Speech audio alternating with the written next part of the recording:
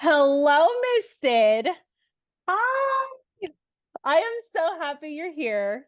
Me Listener, too. if you don't know who this fabulous woman is, she is the co-creator, co-founder of Destroy the Hairdresser.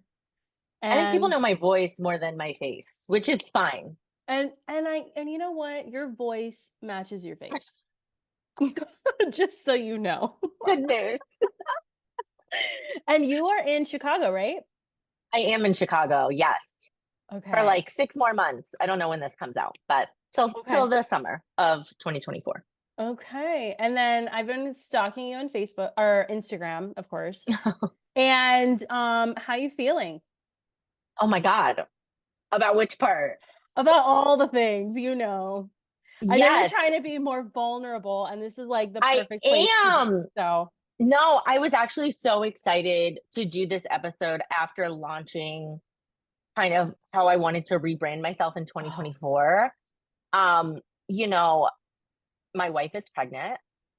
The baby might be here by the time this comes out. So I have no idea, but um we're really excited and I am actively trying to get pregnant as well.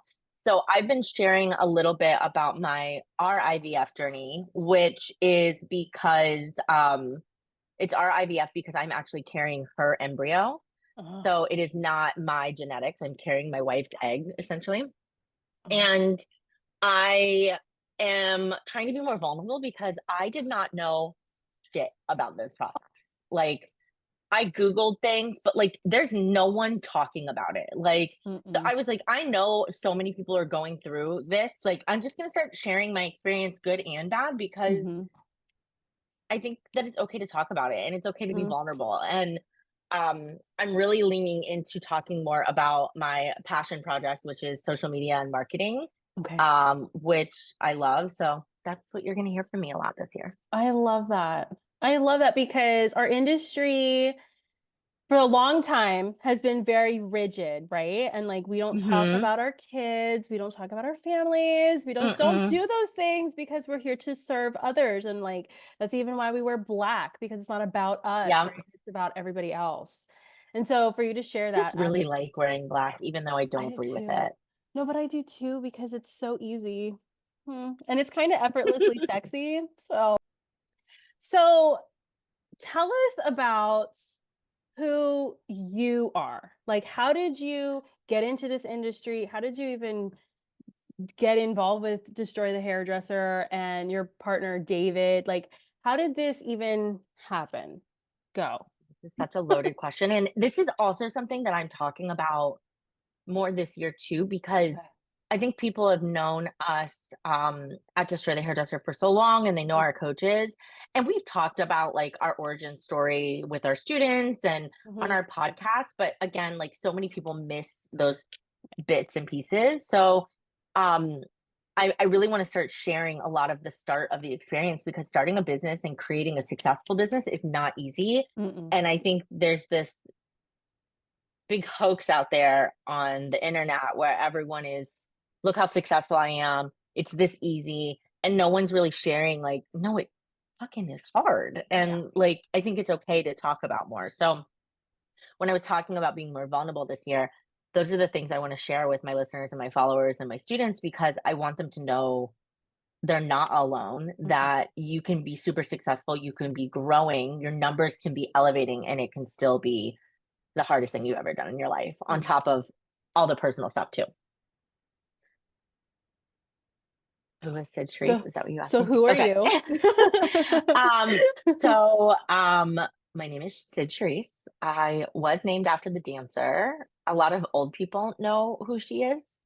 So I love when like a little like old man in his 70s comes up to me and is like, oh, were you named after the dancer? And I'm like, I was.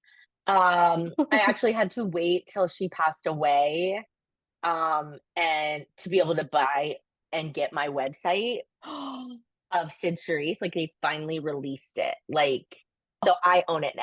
Like I have cydcharisse.com. Like it is me. Wow, that's I kind of know. cool. I was like, I want it.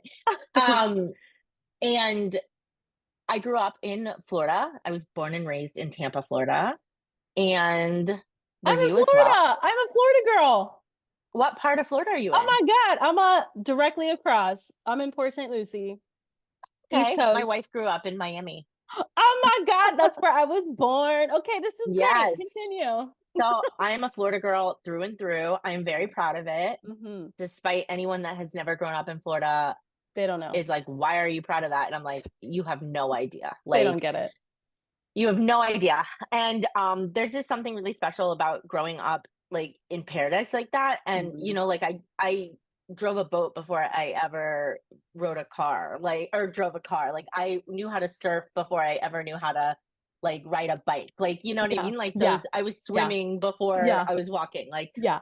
those things I think are just like such precious memories to me. And Hmm. like even though I've lived in the north for far too long and cannot wait to go back home, there's still like that energy and vibe of me that I take even internally in my hair. Like Hmm. I'm a blonding specialist, and I know that's kind of been like it gets its own rap, like because it's everyone's a blonding specialist, but Hmm. like I really kind of bring that kind of like surfer skater girl energy into my hair that I do, which is really fun. I love it. Um, I was actually uh I grew up like very much a tomboy. Yeah, I came out young. I was in my 20s when I came out. My Mhm. family was so supportive, and it's been incredible. And I was actually like in nursing school, and I was like, I don't want to do this. This freaking sucks. So I dropped out. I was gonna be 21 by the time I would have graduated and been like dealing with people in the ER. That's what I wanted to do. Ironically, I married a doctor, so I'm still hear about the medical field all the time. Um, and I started to like really have a lot of like um pain. This was like when I was like 18 before I came out, Mhm. and I started to have a lot of like I felt like a lot of my childhood trauma, a lot of the things were Mhm. coming at me that like I didn't know how to handle. I was suppressing my like identity, I was suppressing who I wanted to be. And I got into like the party girl scene and was very much heavily into doing drugs and partying because that was my way of suppressing Mhm. everything. Mhm. And I had a horrible experience. I actually overdosed and my heart stopped. And I had to go through extensive like speech therapy and rehab. And it was the best thing that has ever happened to me. Like, hands down, best thing that ever happened to me. One, it scared the fuck out of me. Like, there was no relapsing ever again. Rightly so. Like Yeah. that scared me so bad. And I've actually never talked about this publicly, and I chose to talk about it today as part of my being vulnerable to the world. So like I'm really excited to do Oh, that here on your podcast, which is I'm really cool. I am so honored. I am so honored. Thank Yes. you. I know um talking about these things is really heavy. And Mhm. it can trigger anybody, right? And so like Yes. I'm totally thank you for sharing. But that's what the podcast is all about, the Beauty Pro podcast, Mhm. because this is real life. This isn't It's yeah, so real life, and so many people have dealt with this, and that's the thing that right. I'm realizing, like, I used to hide that part of my life. Like, I was, when the overdose happened, I was 20 years old. So, Mhm. like, I mean, I'm 38 now. Like, it is far and Mhm. gone, and it's such, like, an important part of my life because I'm like, "Oh, like, that was, like, the moment." Like, those moments where everything changes? Yes. Like, that moment had to happen, and I had an option. Like I had two fucking choices. My choices were you're going to go this way and it's going to be the best thing you've ever done, or you're Mhm. going to stay right here and you're probably going to kill yourself. Like those are your two options. And I later found out that I was diagnosed with OCD, which I was suppressing. I was also suppressing, like being gay. There were so many things happening, Mhm. right? Like that I Mhm. turned to drugs for to numb. And so soon after that, I did come out. It was glorious, and it was almost like some of that relief. I was able to get proper treatments for my mental health, for my OCD, and how I could handle. I also during that time found spirituality, which is very interjected into our Destroy the Hairdresser program. Mm, And as far as consciousness and awareness yeah. and holding yourself accountable and being responsible. And I had a life coach very young, like throughout all of my 20s, which completely, without a coach, I don't know where I would be Mhm. today. Like I still have a coach. Um, but through that process of using drugs, I broke a lot of relationships and I broke a lot of trust and I hurt a lot of people.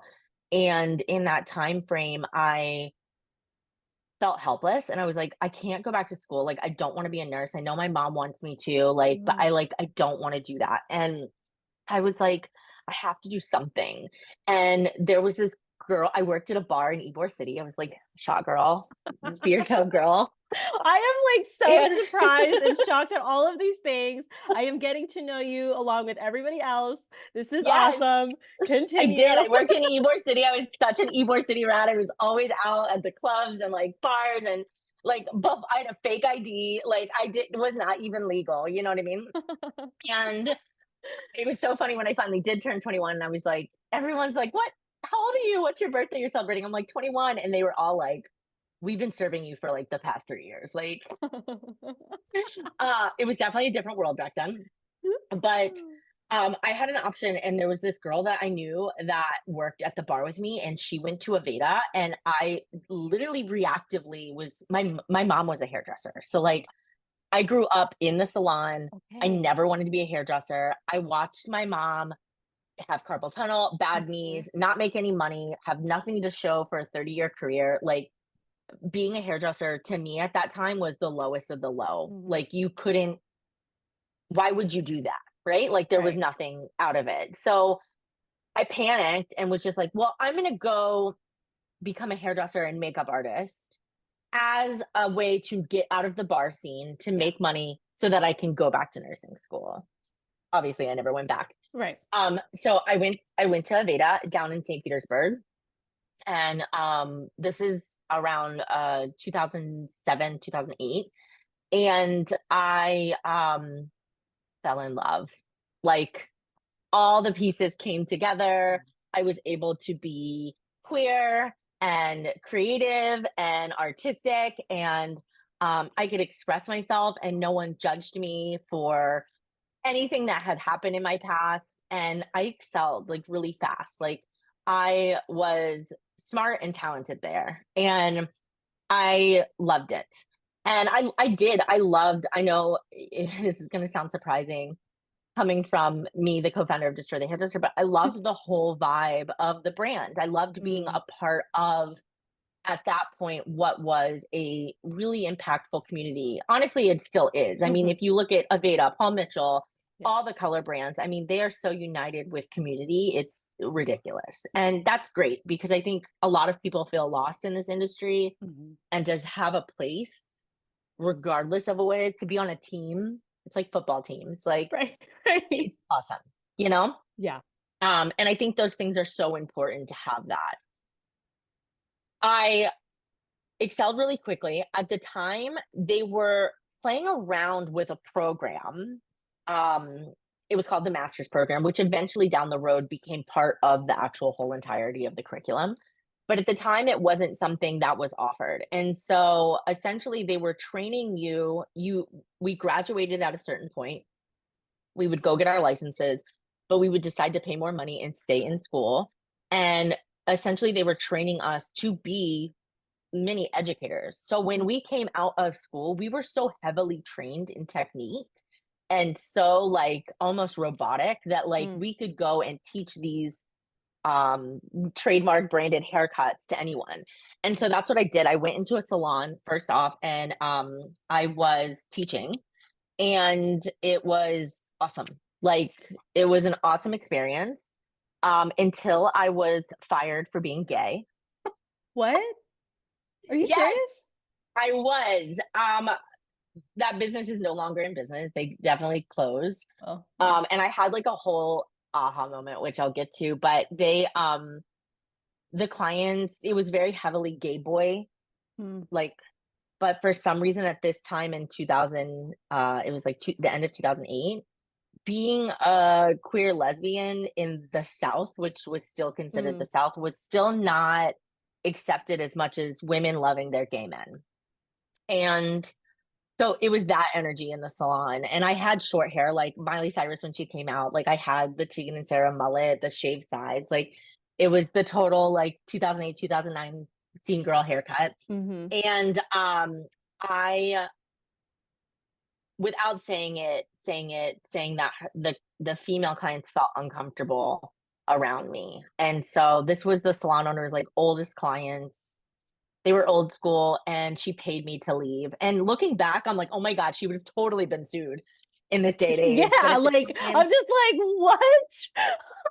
at the time, I just needed the money and like another option. And honestly, I wanted to quit after that. I was like, I am so done. Like, I can't do this. Like, I don't want to do this anymore. Like, this industry is bullshit. Like, it's all Mhm, like a game. And I went to another salon, which was a very like not popular salon, mm. especially within the community.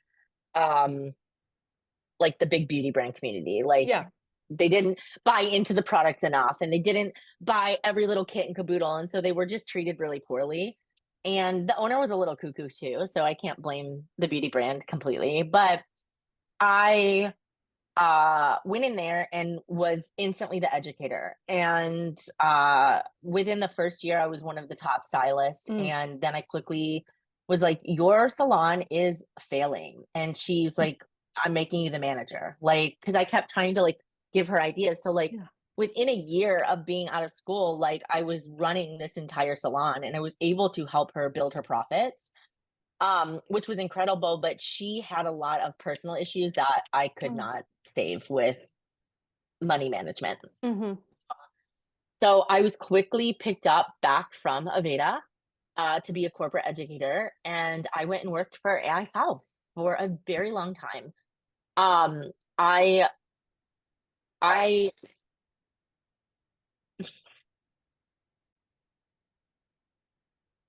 So I got picked up to be an educator and it was absolutely incredible. I don't regret that experience at Yeah. all. I learned so much about the industry.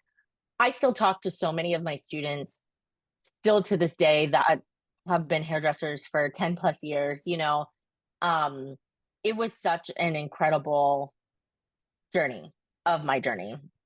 But something that I realized was how much power big beauty brands had on small businesses Mm. and how a lot of small businesses would go out of business because of that power of control and wanting to, you know, you had to invest this much money and you had to meet these numbers and you had to have this standard. And it was almost like the cool kids club. Mm. And I understand from a business perspective, wanting and having expectations to your brand being in other people's businesses. So I don't fault the initial idea, but where it went was this is the way to be successful. And this was like all brands, it wasn't Mhm. just the one. And it quickly went into like, this is the way to be successful. And they really like got stuck and had to scramble, you know, 15 years later when everything started to shift and turn, especially after the pandemic. And we just saw a lot of toxicity within our industry, not just in the big beauty brands and the control that they had, but in the way that salon owners were running their businesses and how harmful it was, and how many hairdressers were quitting, and how many hairdressers were promised this dream. And at the same time that I was working for AI South, David started working for AI South. And we actually weren't friends at first. Like we worked different shifts. There was like the A side and Uh-huh. the B side. And I Yeah. worked the B side. So I worked like the weekends and he worked like Monday through Wednesday. And we would cross paths like like the last day of his shift and the first day of mine. Right. Right. And um, we weren't not friends, but we didn't hang out after work. And it was his birthday, and everyone ditched him. Like it was his like 23rd birthday or something like that. Like he was a baby, and like everyone was like all the older girls that like the educators were just like, we're busy or we, you know, we tired or blah blah. And I was like, absolutely not. So I dragged his ass down to Ybor City with me. And we Oh. danced all night long and we instantly became friends. And we were like, I don't know what we're gonna do, but we both are gonna collaborate. We started to really collaborate on photo shoots and doing a lot of NAHA entries and doing fashion week. And we started to do like internal shows with Aveda and things like that, and traveling and educating. And it was actually like really awesome. And we didn't really know where to go. And I got a coach because of him. Like I was able Mm. to get into spirituality because of him, and like learn those things and have someone to hold me accountable. And I we quickly like were just sort of like, I call it teen angst, even though we were well into our 20s, but like we were just sick of the bullshit. So we started Mm. writing about it on a Tumblr. Do you remember Tumblr? I do remember Tumblr. I do We started to remember. write it on a blog, and it was called The Dispensary. And Um, it doesn't exist it anymore, so you doesn't can't find exist it, but anymore. it's Yeah, called, you can't find it. but it was called The Dispensary. And it was it was the color dispensary, but now it's funny. But it was all about the bullshit we were seeing. And it made waves. Like people were getting their hands on it, they were reading it, they were sharing it. It was like viral before viral was a thing. Like Instagram Yeah. hadn't happened yet. And it even got to some big beauty brands and to some big industry leaders who I'm not going to mention names, but ironically, they're very supportive of us now. But at the time, and I'm wondering if they even remember this, they wanted to shut us down. Um, so we were like, okay, this blog is something like, fuck you. Yeah. We are gonna keep going, right? Like, Right. so we put it on a website, and at the time we were called the Trichology Project, and we didn't really know what we were doing with this. We were Mm-mm. doing a lot of editorial stuff. We were really trying to create just like a brand and an image of David and myself while we were writing these blogs. And we actually had someone, a big artist, offer us six figures to shut down the blog. And at the time, I had moved to New York City because we were like, we are going to wholeheartedly put our hearts into this company. Actually, I think I'm getting a little too ahead. Hold on. Let me back up before that. But we did have an offer to buy the blog. This is crazy. We worked for HSN, so we were on TV all the time, like doing hair tools and things like that. And David got an opportunity to move to New York and work for Sally Hirschberger. And we had talked about like what's going to be our next thing. Like what do we do? Like we can't just work for Big Beauty forever. Like we're on to something. Like what are we going to do? And so he moved first, and at the time I was married, and my wife and I split up soon after, and it was also like the most beautiful thing that can happen, because if I hadn't gotten a divorce, we would not be sitting right here, like at all. And I packed everything I had and moved to New York. I still worked for Aveda, but as far as AI South went, the further north it went was DC, or the furthest Mm. north it went was DC. So I would 3 days a week, like, or like on a Sunday night, I would get on a train at 3 in the morning, and I would go into DC, and then I would stay there for 3 days and then get on a train and go back and live in New York and work on Destroy the Hairdresser and work in salons and do all of the things, right? And um yeah, it was one of those things where we were like, I remember we were sitting at a coffee shop in Florida, and David started to sketch out on a napkin, and we had had coaches, and he's like, what if we created a coaching program? Like no one was doing this at the time. Mm-mm. This was peak at the time. We started Trichology Project in 2012, and this was about 2014. By 2015 we had gotten our first student, 2015-16, and I had moved to Brooklyn and lived with David, and we lived in like a 5 bedroom apartment. My room was like 5 by 5 feet. Like it was so tiny. It was like Yeah. $1,000 a month. Like, Yep. and uh we lived with like five other boys. Like it was just like we were all like entrepreneurs. It wasn't like a Yeah. crazy like party house or anything like that. Like we were all like ships in the night, like Hmm. working. And but slowly but surely, each person started to move out, and we just like never filled their room, to the point that like David and I were able to like get to a place to be able to afford this entire apartment on our own. And we had come up with we had started to create a curriculum. We started to get students because Instagram had just taken off, and we were like, well, where are the hairdressers? They're on Instagram. Let's start talking to them. And this is like 2016, 2017. And we started to get more students, and we started to go into as many salons as we could and just like start sharing our ideas of like, we want to experiment with this. We want to try hourly pricing. Like, I'm going to work for you, but not the way that you want me to work for you. Like, I'm picking my own schedule. I'm picking my own prices. I'm not selling your retail. I'm going to come and go as I please. I'm like, I set the standard. And some people flat out were just like, no, absolutely not. And we had some salon owners that were like, let's try it. And that was awesome. And we were able to kind of bounce around Brooklyn and New York City, talking to hairdressers, talking to salon owners, like trying our methods out everywhere. By 2018, we were on our first national tour, which was 14 cities. It was actually North American because we went into Canada, but it was 14 cities. We sold all of them out, which is incredible. We did the same thing in 2019, sold all of our classes out, traveled all around the country, gained more and more in students. And at this time, we started to hire some of our students to become coaches, Mhm. and it grew and grew and grew. And then the pandemic happened. And it was probably the best thing to happen to our business Uh-huh. because our business took off during pandemic with Clubhouse, and everyone, we had been online for so long, and everyone finally was like open to coaching and open to being online education and open to technology and open to making changes in their business. And it finally felt like the world was listening to us, which was incredible. And now we are in 2024. There will be no tours at the end of the year. We are going to do some touring at the end of the year and start to get back into it. Um, but yeah, that is my story in a nutshell. I That feel like that is took up the whole podcast. I mean, yeah, but I'm it's so done. We're done important. here.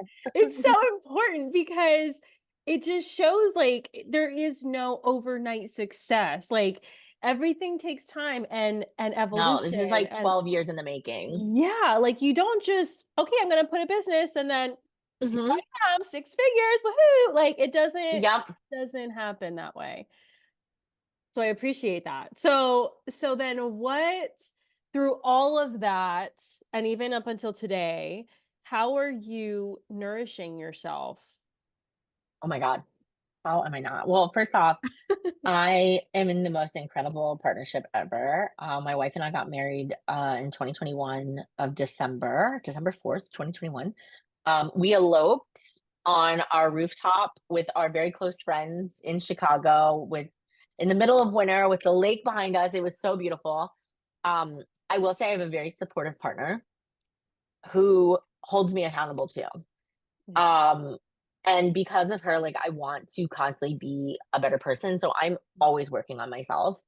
I also have an incredible coach who does not deal with my bullshit. Like I he's love like, we're gonna talk about this. I have an incredible best friend and business partner who we hold each other accountable. it. And Mhm. honestly, all of our students and coaches, like we're constantly like I have to work on my stuff, my shit more than I think anyone else because of all these people around me. It's not an option. Like the work that we're teaching our students to do, Mhm. we're not just like our methods of like hourly pricing and retail or removing retail and all of these things. It's like deeper than that. Like where are we working on our things that we're avoiding? Where are we breaking down our blockages? Where are we becoming more aware? Where are we taking risks? Where are we just opening our eyes?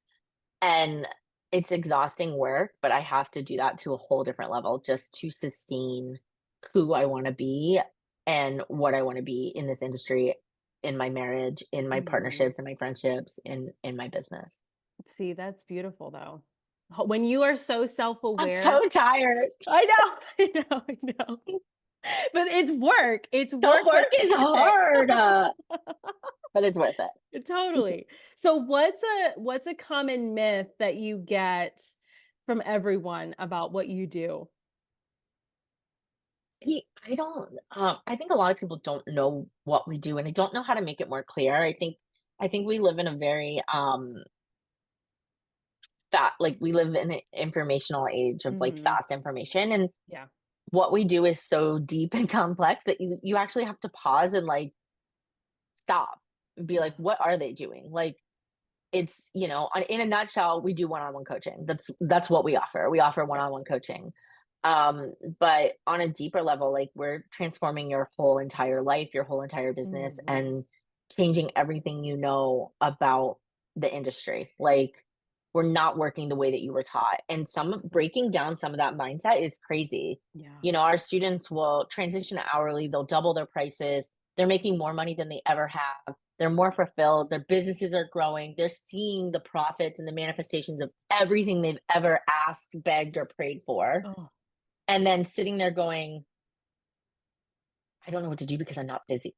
I don't know what to do because I'm not double booking. Like, what do who am I? Like a whole identity wow. crisis. And we're like, well, what do you want to do? Where do you want to spend your time? And so, really having to like get away from everything we've been taught as hairdressers of how we should work. Mm, I love it. What's a failure? What's your biggest failure?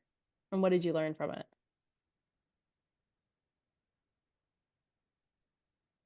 It's a tough one because there's so many, The well right?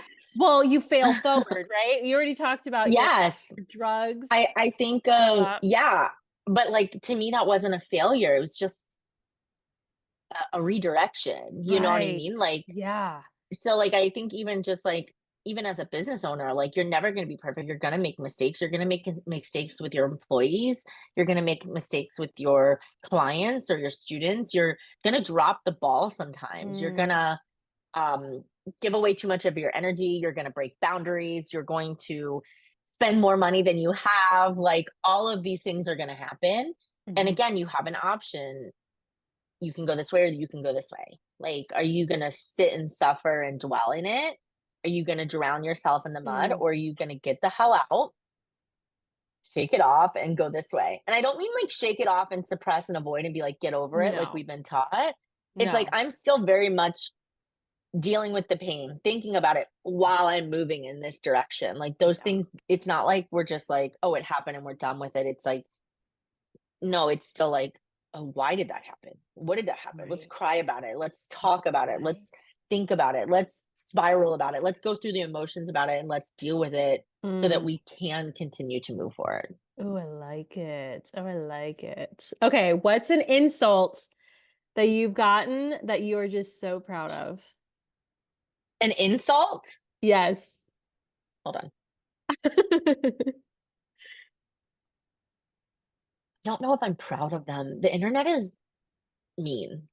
If you're a meanie, a bobini on the internet, you need some help They need because a I just coach. I had a they need therapist. a damn coach. You are hurt people. And Yeah. like I talk all about that with Frankie. I don't know if anybody remembers Coach Frankie. I fucking love your hair. Like we talk all the time about how hurt people because when you put yourself on the internet, people always have something to say. Mm, And I we've gotten horrible things said to us like I hope you fuck off and die, like over telling the industry to raise their prices, like not even anything like God. yeah, horrible things. And it always cracks me up because I just can't imagine like if I disagreed with someone or didn't like what they were saying, like I block them or unfollow them or Right.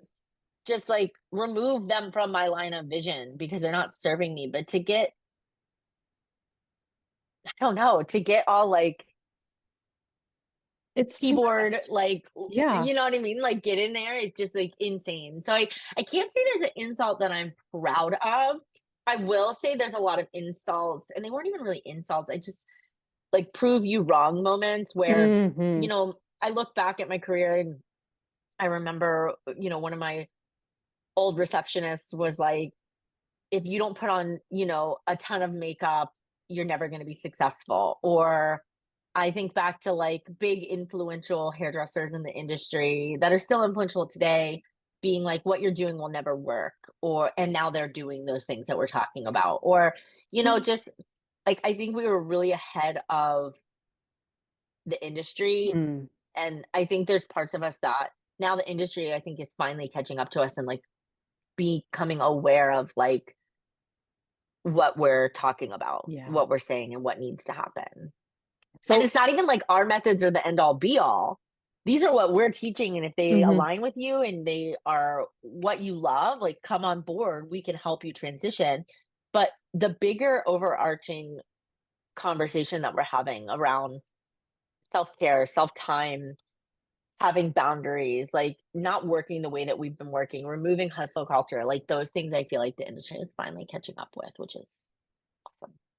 so being a hairdresser, being a coach, being in this industry for a long time, what is a lesson that you have learned that you wish, lawyers and doctors and mailmen Mm, would take a hold of and learn too?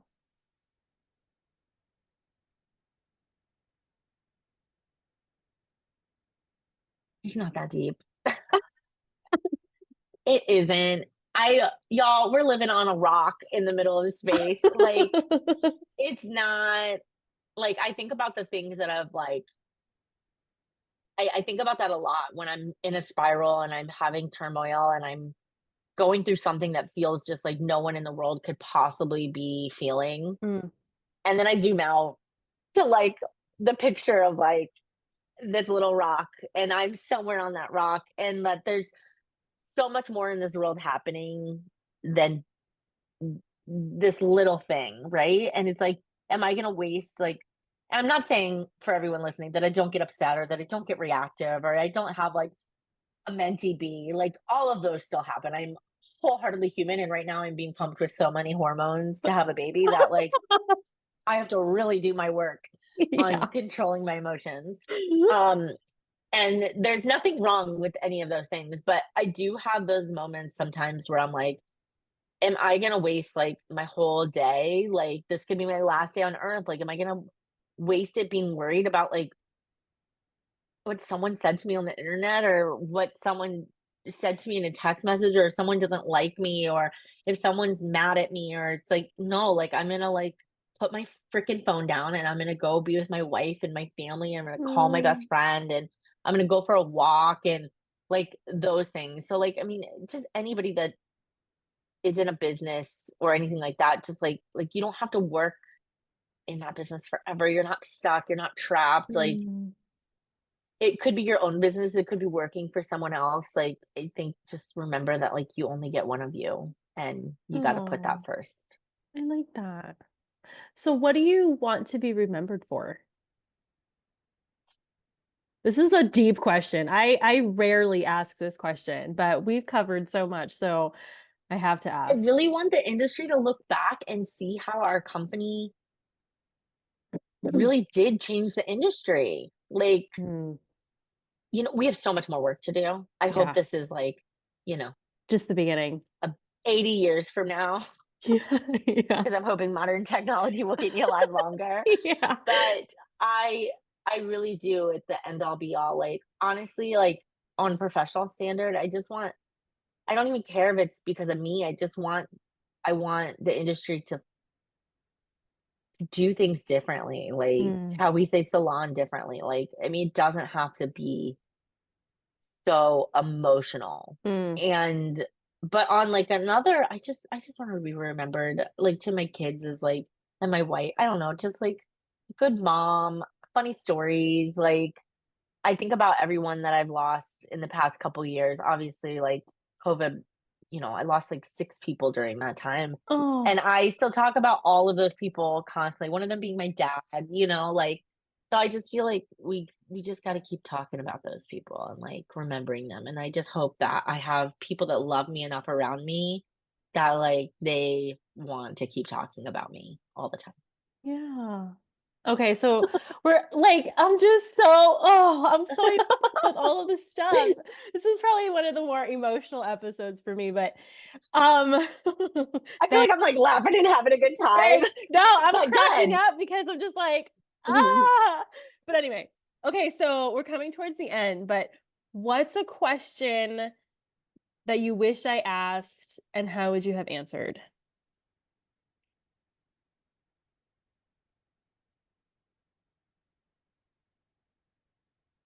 this is gonna be such a lame one, but it's the only one that's coming to my head right now. But I wish you would have asked what's next for Destroy the Hairdresser. Oh, tell us. Because we have so many,